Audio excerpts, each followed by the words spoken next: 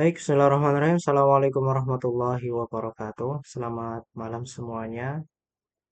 Saya Gusi Abdurrahman dengan NIM akhir 1208. Izin menyampaikan tutorial atau cara menganalisis datapad menggunakan Excel dalam rangka memenuhi tugas mata kuliah statistik kelas 5 Ekonomi Syariah E. Baik, teman-teman semua yang saya muliakan, sebelumnya di sini sudah tersedia data yang akan kita analisis terdiri dari 4 variabel. Yang pertama iklan sebagai X1 dan personal selling X2, price X3 dan volume penjualan Y. Dan di sini N datanya adalah 20. Baik, masuk kepada langkah pertama. Yang pertama kita akan menggambar diagram jalur terlebih dahulu. Di mana dari diagram jalur ini kita memahami hubungan antar variabel. Yang pertama, X1 memiliki pengaruh terhadap Y yang kemudian disimbolkan dengan PYX1. Kemudian X2 memiliki pengaruh terhadap Y yang kemudian disimbolkan dengan PYX2. Dan X3 memiliki pengaruh terhadap Y yang kemudian disimbolkan dengan PYX3.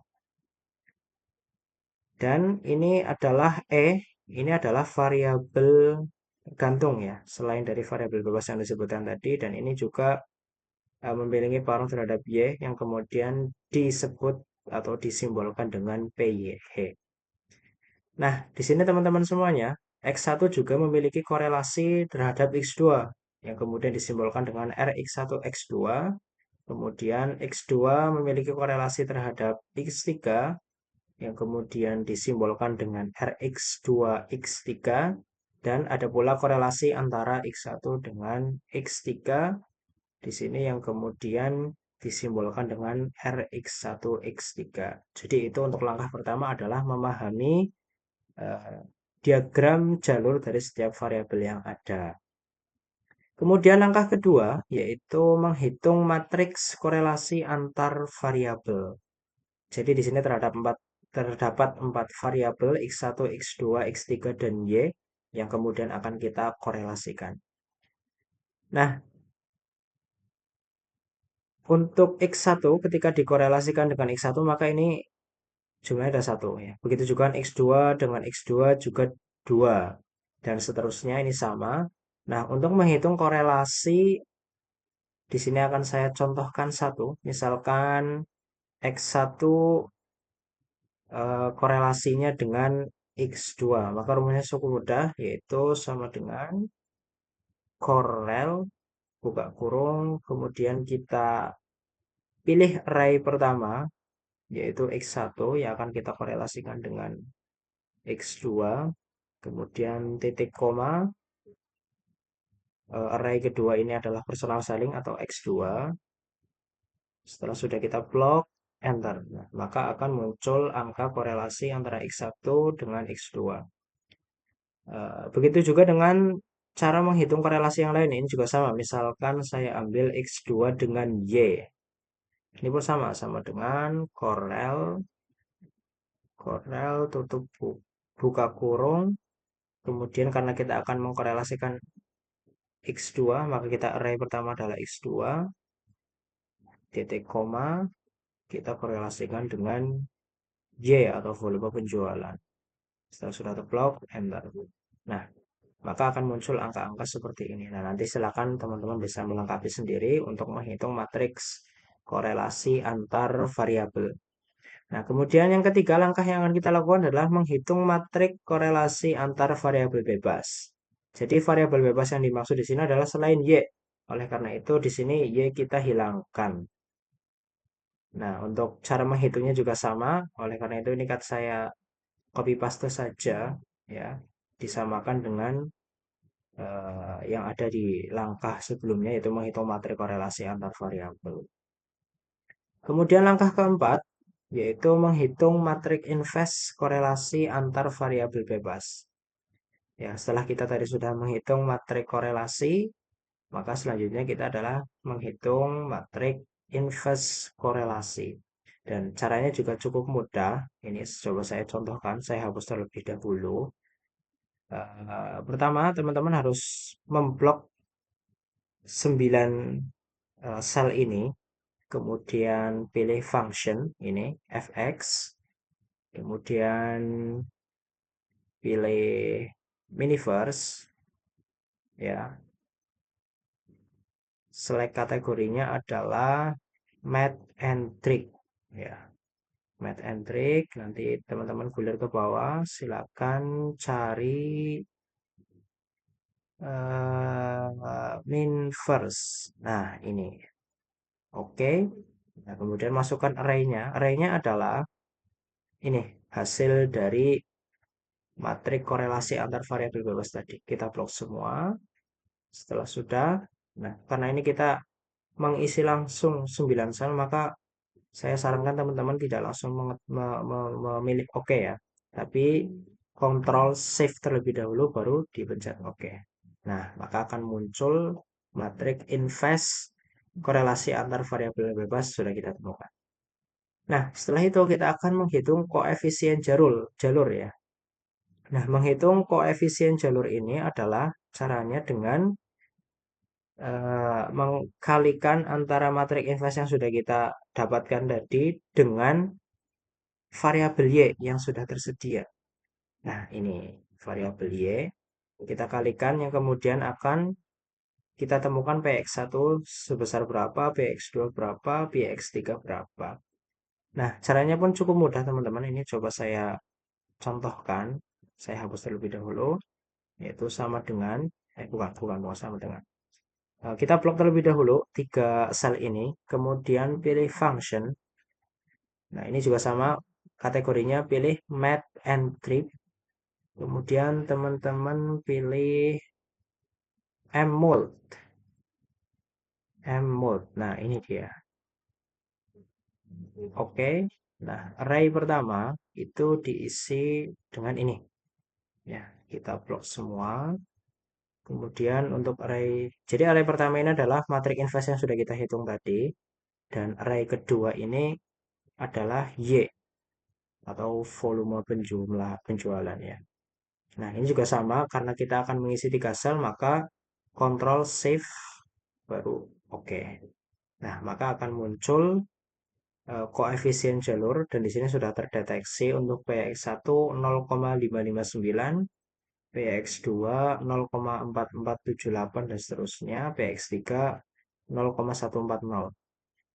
Nah, untuk langkah selanjutnya kita akan menghitung koefisien determinasi yang kemudian di sini kita simbolkan dengan R2. Nah, bagaimana cara menghitungnya? Cara menghitungnya adalah dengan eh, mengkalikan antara px1, px2, px3 dengan semua variabel y ini ya. Caranya pun sama dengan tadi. Ini coba saya contohkan. Kita hapus terlebih dahulu. Setelah itu masuk ke function. Ini juga masih sama, kategorinya adalah math and trick. Dan kita cari mode. Nah, ini mode, oke. Untuk array pertama, kita pilih ini, 3 hasil dari koefisien jalur. Kemudian array kedua, kita pilih Y. Nah, ini, 3Y ini. Nah, setelah itu karena kita hanya mengisi di satu sel, bisa langsung ditekan oke saja. Nah, maka akan temu angkanya. Nah, setelah koefisien determinasi atau R2 sudah kita temukan, maka langkah selanjutnya adalah menghitung koefisien pengaruh variabel residu yang sudah sampaikan di diagram jalur ini. Jadi E merupakan variabel residu yang kemudian disimbolkan dengan PYE korelasinya dengan Y. Nah, cara menghitungnya juga cukup mudah teman-teman semuanya. Kalau di dalam rumus itu adalah pangkat 1 min N46. N46 di sini adalah dari R2 ya. Jadi rumus untuk mencari koefisien pengaruh variabel residu itu adalah akar 1 min R2. Ya, ini coba saya contohkan. Akar satu min R2. Ya, cara menghitung PYE. Ini saya contohkan di sampingnya saja. Sama dengan SQRT ini merupakan simbol akar di dalam Excel. Jadi kalau teman-teman ingin mengakarkan bilangan menggunakan SQRT, kemudian dalam kurung 1 min R2. R2 ini. Ya, tutup kurung, kemudian enter. Nah, maka akan muncul koefisien pengaruh variabel residu yang kemudian kita sebut dengan PYE. Ini kalau misalkan saya sederhanakan desimalnya bisa menjadi 0,58 dan ya sama ya. Nah, setelah kita sudah menghitung koefisien pengaruh variabel residu, maka langkah selanjutnya kita adalah menguji ketepatan model menggunakan uji F ya. Dan ini pun rumusnya agak rumit sebenarnya teman-teman semuanya. Di sini tidak saya cantumkan rumusnya, tapi akan saya bacakan, yaitu rumusnya adalah N min K min 1 dikalikan R2 per 3 atau K dikalikan 1 min R2. Nah, cara penghitungannya juga lumayan mudah sebenarnya teman-teman semuanya ya. Yaitu sama dengan dalam kurung, sebentar ya, intinya ini sama dengan dalam kurung N. N ini adalah jumlah data yang kita punya yaitu 20, kemudian min K min 1 tutup kurung dikalikan N46. N46 ini adalah R2 ya, atau koefisien determinasi, kemudian per atau dibagi 3 dikali 1 min R2, dan nanti untuk hasilnya adalah ketemu 10,526 ya untuk F hitungnya. Nah, untuk menentukan ketepatan model atau UJF dari F hitung ini maka harus kita bandingkan dengan F tabel. Nah, F tabel 3,24 ini saya dapat dari tabel F di sini karena kita K-nya adalah 3 ke kanan dan kemudian N min K min 1 atau 20 min 3 min 1 sama dengan 16, maka data yang atau apa namanya? Derajat kebebasan numeratornya adalah 3,24. Nah, ini adalah F tabelnya yang akan kita bandingkan tadi. Nah, maka 10 atau F hitung di sini lebih besar daripada F tabel. Maka dengan ini dinyatakan bahwa model data atau UJF di sini adalah fit ya, model fit. Nah, setelah kita mengetahui ketepatan model UJF, maka langkah selanjutnya adalah menguji hipotesis atau uji T. Nah, uji T untuk setiap variabel. Di sini T X1 berarti hipotesis untuk variabel pertama, kedua, dan seterusnya. Dan ini juga ada rumusnya teman-teman semuanya, tapi tidak usah saya bacakan, nanti bisa teman-teman searching saja di Google atau di mana. Nah, intinya untuk menghitung hipotesis uji T ini, rumus yang digunakan adalah pertama ini, M39. Ya, jadi M39 ini adalah Px1 ya, karena kita menghitung untuk variabel X1 terlebih dahulu, yaitu Px1 ya, ini kemudian dibagi akar 1 min R2 dikalikan G39. G39 itu adalah, nah ini, C11 ya. Dikalikan C11 per N min K min 1. Ya, dan setelah dihitung ya, ternyata ketemu angkanya 3,57 sekian. Nah, begitu juga sama dengan hipotesis X2 ya, rumusnya juga sama, yaitu Px2 per SQRT itu maksudnya adalah akar 1 min R2 dikalikan C22. Nah, C22 di sini adalah ini, ya. Ini C11, C22, maaf, ini nah, C22, dan ini C33. Kemudian dibagi ini N20 K3 min 1, ya. Dan ketemu hasilnya 3,0554. Nah, begitu juga dengan TX3 ini juga sama caranya. Ya, atau barangkali bisa saya contohkan di sini, yaitu sama dengan buka kurung PYX3 ini, ya.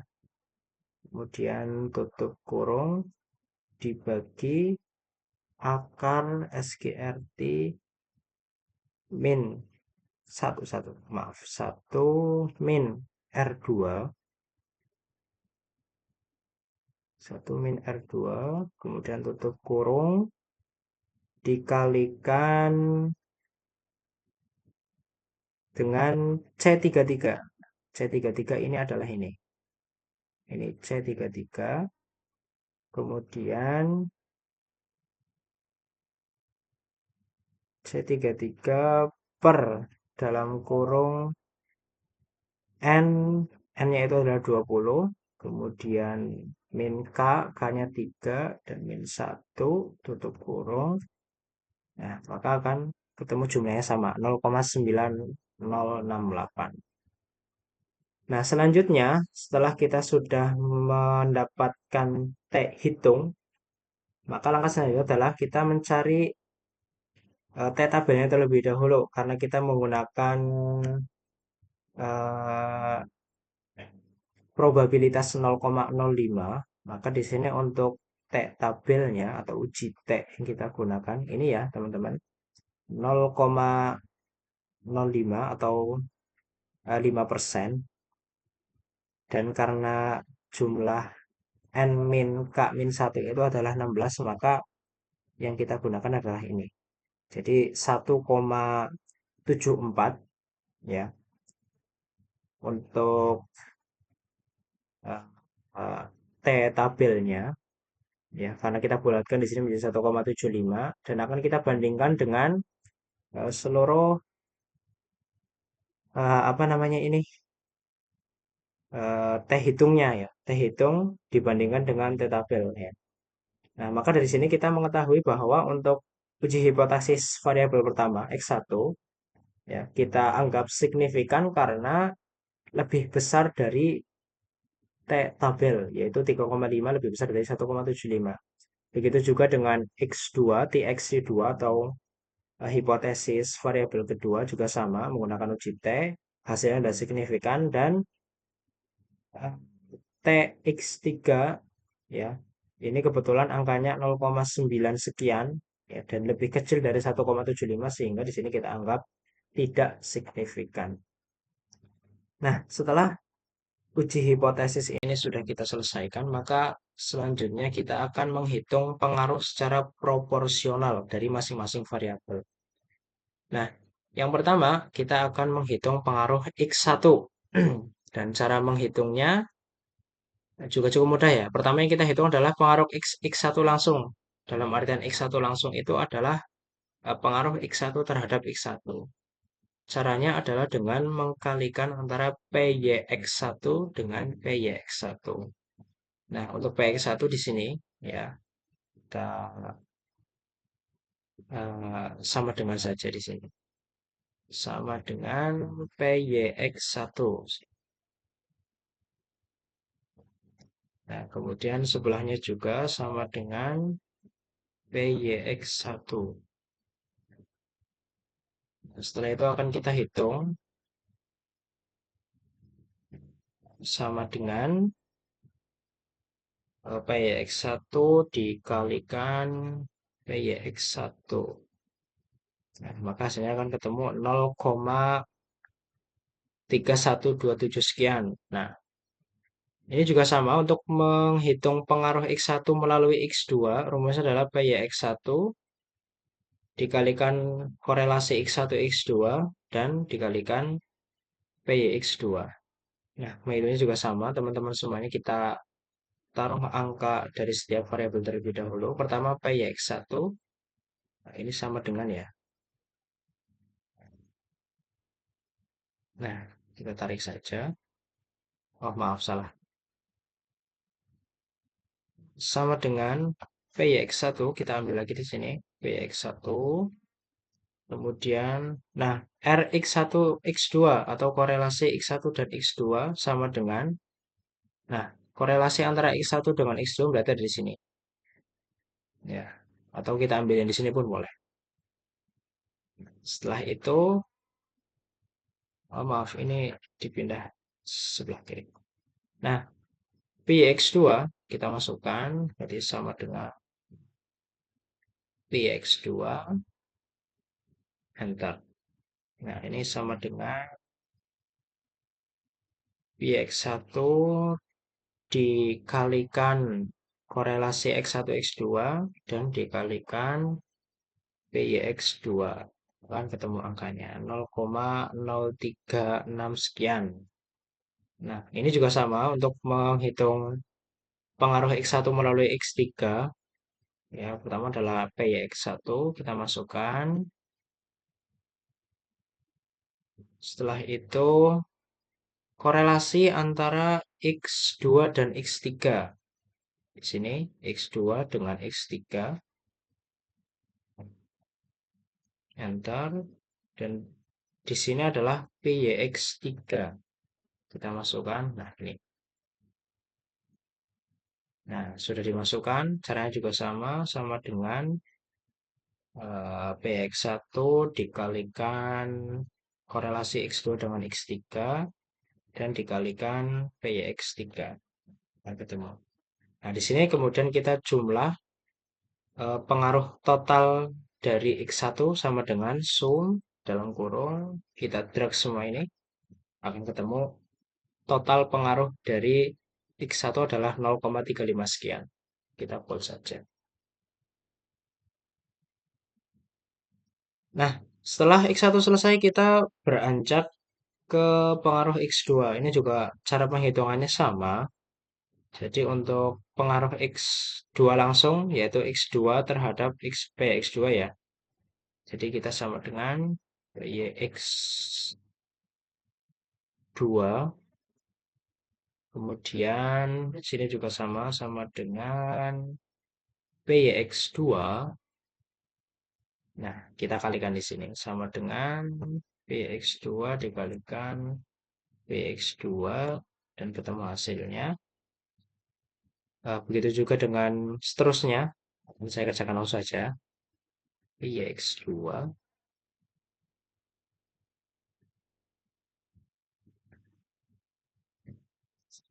korelasi X1 dan X2 ini. Kemudian PYX1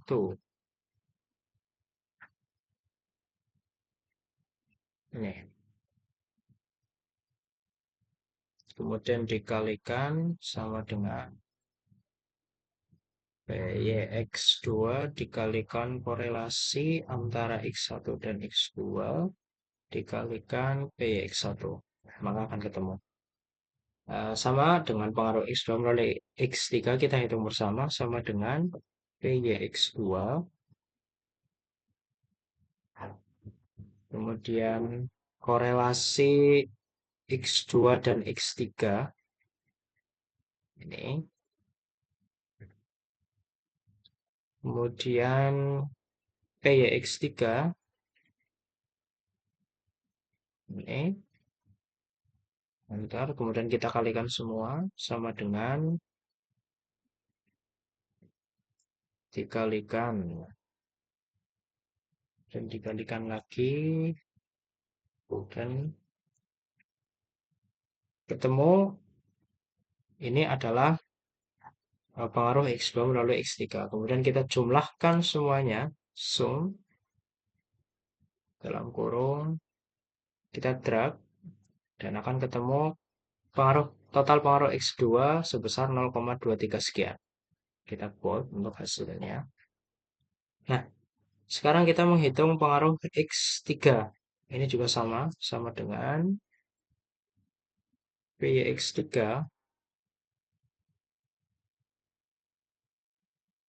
dengan,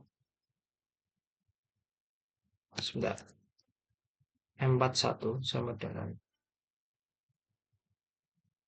nah, PX3 dengan PX3 sama dengan kita kalikan.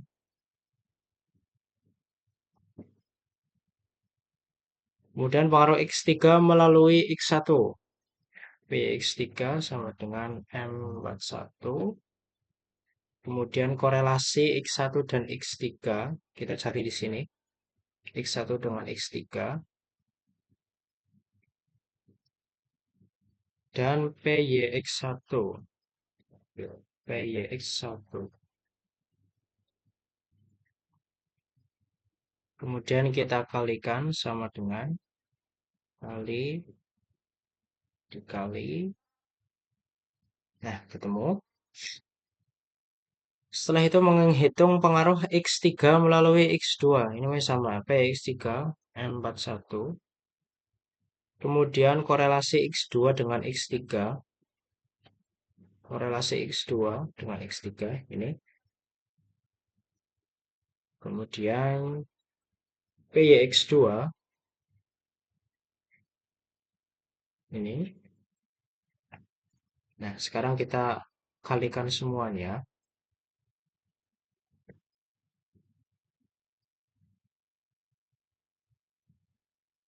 Oh, sudah. Oke, kita enter dan kita hitung lagi. Sum dalam kurung kita teks semua. Enter. Nah, sudah kita hold. Nah, setelah semua pengaruh per variabel sudah kita hitung, maka langkah terakhir kita adalah menghitung total pengaruh X1, X2, dan X3 terhadap Y, yang kemudian ini kita sebut dengan R2. Gampang, sama dengan total pengaruh X1 ditambah total pengaruh X2 dan ditambah total pengaruh X3. Dan ketika kita jumlahkan dan kita sederhanakan, maka angkanya akan sama dengan R2 yang sudah kita hitung menggunakan rumus koefisien jalur. Ya, jadi sekian teman-teman semuanya yang bisa saya jelaskan tentang cara menghitung analisis data pad menggunakan Excel. Semoga bermanfaat. Sekian, wassalamualaikum warahmatullahi wabarakatuh.